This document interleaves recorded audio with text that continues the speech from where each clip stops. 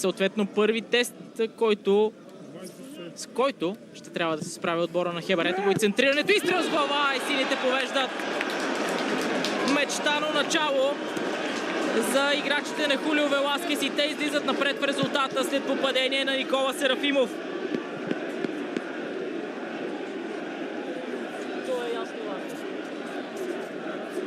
Хебър се провали в първата по-сериозна ситуация пред вратата си и това струва скъпо на играчите на Николай Митов.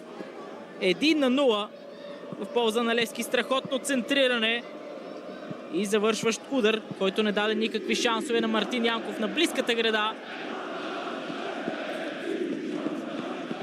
Подаване, с което защитата на Хебър просто не се справи.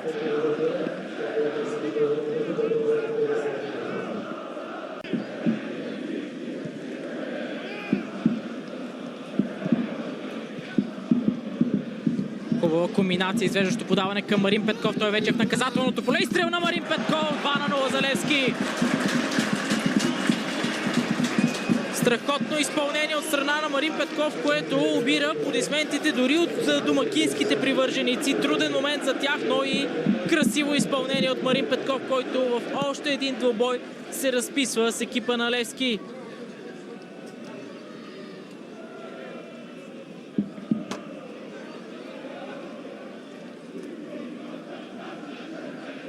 Още веднъж как се стигна до попадението. Триходова комбинация, завършило с извеждащ пас от страна на Крам Борас към Марин Петков.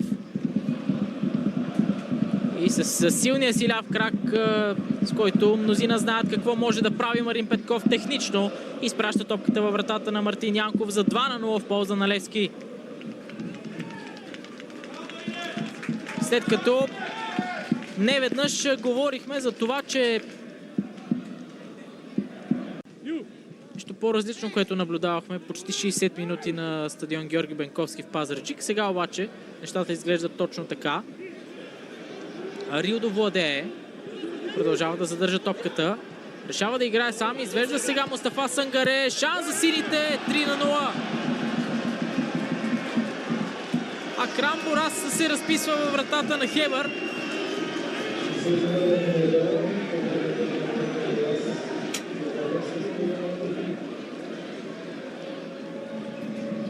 Още една хубава комбинация. И това очевидно е денят на дебютните попадения в състава на Левски. Тук Рилдо не комбинира с Мустафа Сангаре. Момчил Цветанов е човекът, който покрива позицията на централния нападател, а след това Акрам Борас зад линията на топката и всичко изглежда редовно при това попадение. Мустафа Сангаре сякаш остана недоволен, че Рилдо първоначално не комбинира с него. Той обаче изчака точния момент.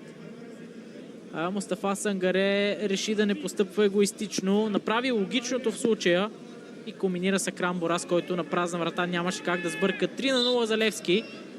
И реакция, която и Николай Митов ще